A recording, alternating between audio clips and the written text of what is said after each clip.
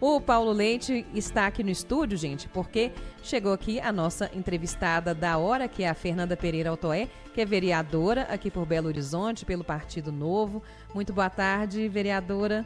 Boa tarde, Flávio. Boa tarde, Paulo. Muito obrigada. Parabéns para vocês, né, pelo 98 News, que vai ser, já é um sucesso, né? Eu queria começar falando sobre isso. A sua avaliação como vereadora, que é uma das atoras principais da transformação da cidade, pelo processo legislativo, pelo processo de fiscalização do executivo, como é que você avalia a chegada de uma emissora que tem uma produção absolutamente local, 24 horas de produção local, falando sobre notícias? Como é que você avalia essa chegada nossa? Ô Paulo, eu fico muito feliz porque eu acho que a comunicação, e a comunicação bem feita, ela aproxima muito o cidadão da realidade da cidade. Eu acho que a gente precisa da imprensa fazendo a comunicação junto do cidadão. Mas a imprensa é fundamental, porque a gente precisa das instituições que têm esse papel tomando a frente da comunicação. Hoje a gente está vivendo uma situação contrária, né? O cidadão é quem faz a comunicação porque a gente perdeu a crença nos meios de comunicação. E eu acho que a gente precisa de retomar isso, principalmente numa cidade como Belo Horizonte, uma cidade extremamente importante, para trazer os problemas reais e as soluções também para o nosso dia a dia, para a gente voltar a ter orgulho dessa cidade. Uma das queixas do cidadão, do eleitor, é o fato de que nem sempre nós temos a compreensão exata do que é a atividade do vereador. Ora porque essa atividade não chega até o eleitor, ora porque a produção legislativa não é significativa para ele, eleitor, para ele, cidadão. Como é que você analisa essa observação que eu te fiz? Na verdade, eu acho que falta conhecimento político para o brasileiro num geral. Eu lembro quando eu fui candidata em 2020, um amigo meu de São Paulo, que é alto executivo de empresa internacional, ele um dia falou assim comigo: Fê, qual que é a diferença do vereador para o deputado? Eu jamais imaginei que uma pessoa do nível dele, de atuação, não soubesse a diferença de um vereador para o deputado. E eu tenho visto agora meus meninos de 8 anos, eles estão estudando isso na escola, na matéria de História e de Geografia. Eu acho que falta para a gente conhecimento político do funcionamento do nosso país, o que é a União, o que é o Estado, o que é o município, qual que é o papel de um deputado federal, de um deputado estadual, de um vereador, porque a gente perdeu a referência das instituições. Quando você sabe qual que é o papel de cada um, você sabe aonde levar a demanda. E ninguém te engana. Porque eu via nas eleições do ano passado muito candidato colocando proposta que ele sequer chegaria a apresentar, porque não seria papel dele. Eu acho que é um problema mais nosso, cultural, de falta de conhecimento das nossas instituições. Da sua fala mesmo, vou fazer o recorte para a próxima pergunta.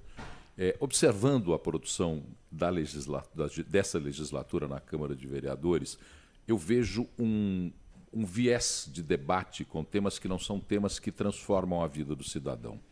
Temas que são periféricos, temas de costumes, temas que têm análises nacionais para serem colocadas. Por que não se motiva o vereador a discutir exatamente aquilo que é processo de transformação na vida das pessoas? Deixa eu pensar como que eu vou colocar isso sem eu agredir ali a posição da Câmara Municipal. Neste início de mandato, a gente está com o dobro ou triplo de projetos de leis tramitando na Câmara Municipal de Belo Horizonte em comparação ao início do mandato passado. O que está sendo debatido hoje em plenário, na verdade, não são projetos de lei. O vereador ele tem direito de fazer uma moção. É uma manifestação de apoio ou de repúdio, e isso, em termos gerais, não vai para um plenário. Então, se eu quiser dar um bom dia para a Flávia, eu posso fazer uma moção de bom dia à Flávia, e ela vai receber essa moção. Só que como a gente está com uma Câmara muito polarizada e com esses dois polos muito fortes lá dentro, um fica impugnando a manifestação do outro. E aí isso acaba indo a plenário. Quando vai a plenário, aí, gente, o microfone é livre e o choro é livre. Então, a pauta acaba gerando em torno disso, mas não deveria.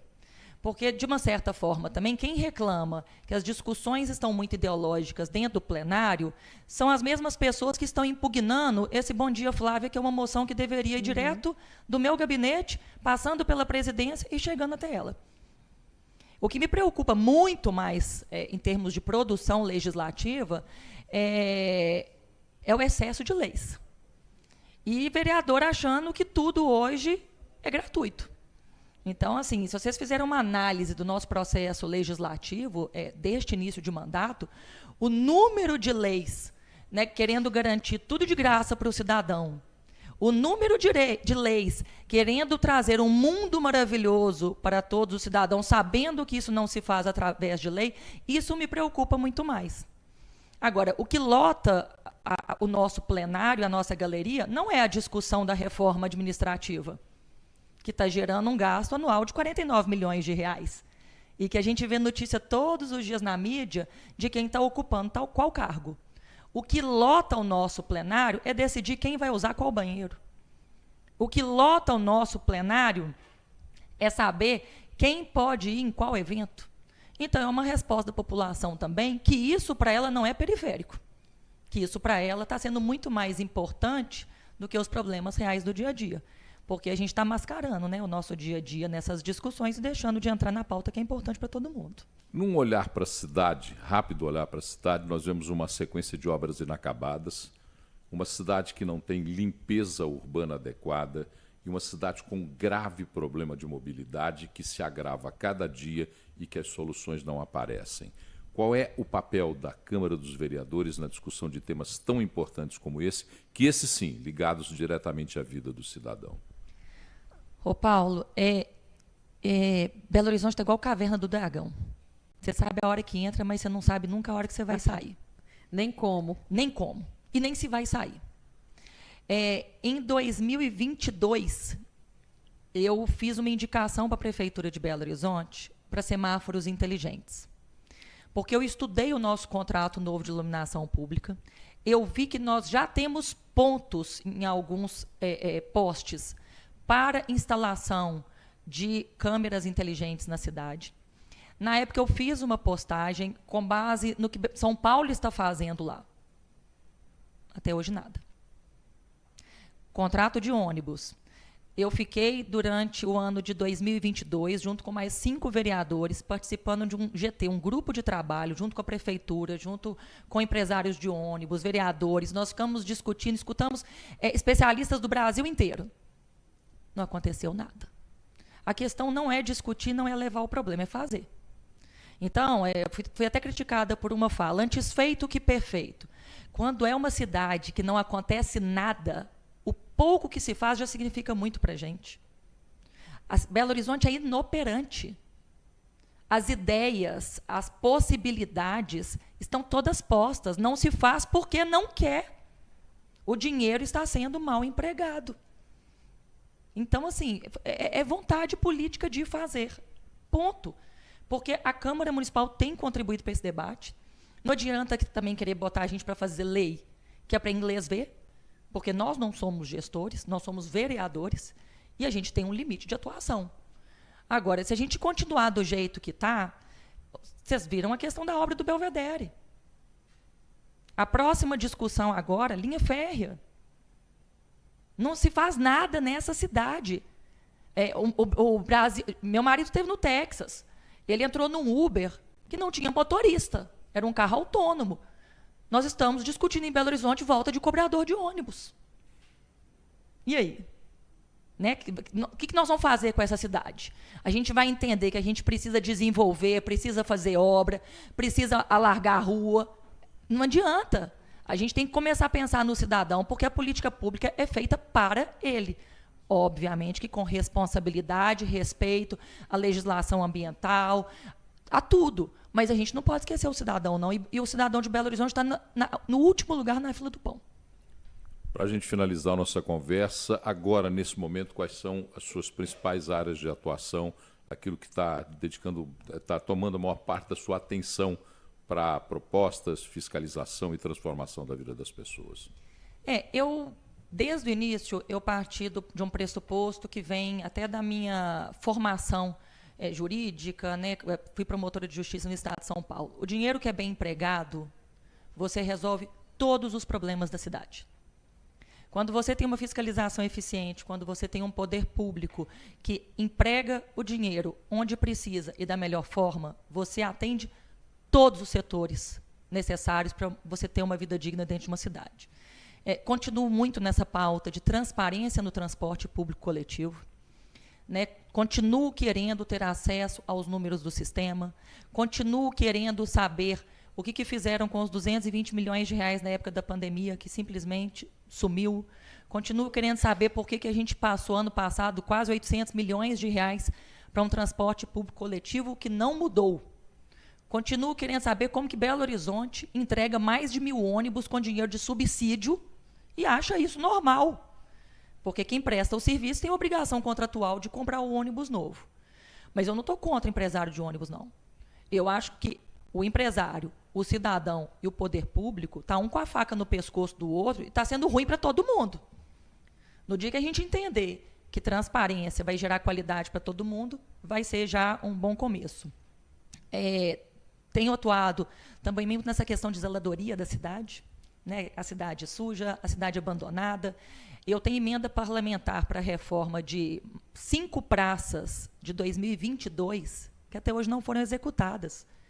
E quem está sendo penalizada não é a vereadora Fernanda Pereira Altoé. São os moradores dessas regiões que estão deixando de utilizar praças que já poderiam estar novas, reformadas, com área infantil cercadas, com área infantil com piso emborrachado, com acessibilidade, com um piso, ao invés de estar com todas as pedrinhas portuguesas fora do lugar e todo mundo caindo e machucando, as pessoas poderiam andar com segurança. Eu quero ver como é que eles vão fazer com o valor da minha emenda de 2022, o que vale agora em 2025, se é que eles vão começar a fazer. Então, eu tenho muita preocupação com isso. Eu sou cidadã, sou mãe de 2 filhos pequenos. Eu quero usar a cidade. O político mais próximo que o cidadão tem é o vereador, porque a gente vive a cidade igual qualquer outro cidadão. Então, eu tenho essa preocupação com a cidade bem cuidada. Tenho uma preocupação muito grande também com essa questão das pessoas em situação de rua. Viver na rua não é dignidade. Não adianta dar barraquinha, não adianta entregar o carrinho, achar que está levando dignidade, está mascarando um problema. A gente vai enfrentar esse problema de frente? A gente precisa entender qual que é o problema dessas pessoas. Elas estão sendo utilizadas pela criminalidade.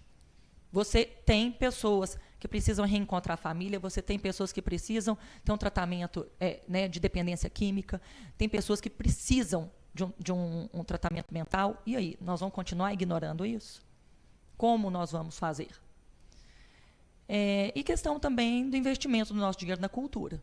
Eu acho que a gente está perdendo a oportunidade de investir em projetos culturais que geram, de fato, desenvolvimento econômico, cultural e social, e a gente está fazendo muito investimento político na cultura, com viés político. Então, acho que a gente precisa fazer algumas mudanças aqui em Belo Horizonte para trazer outras.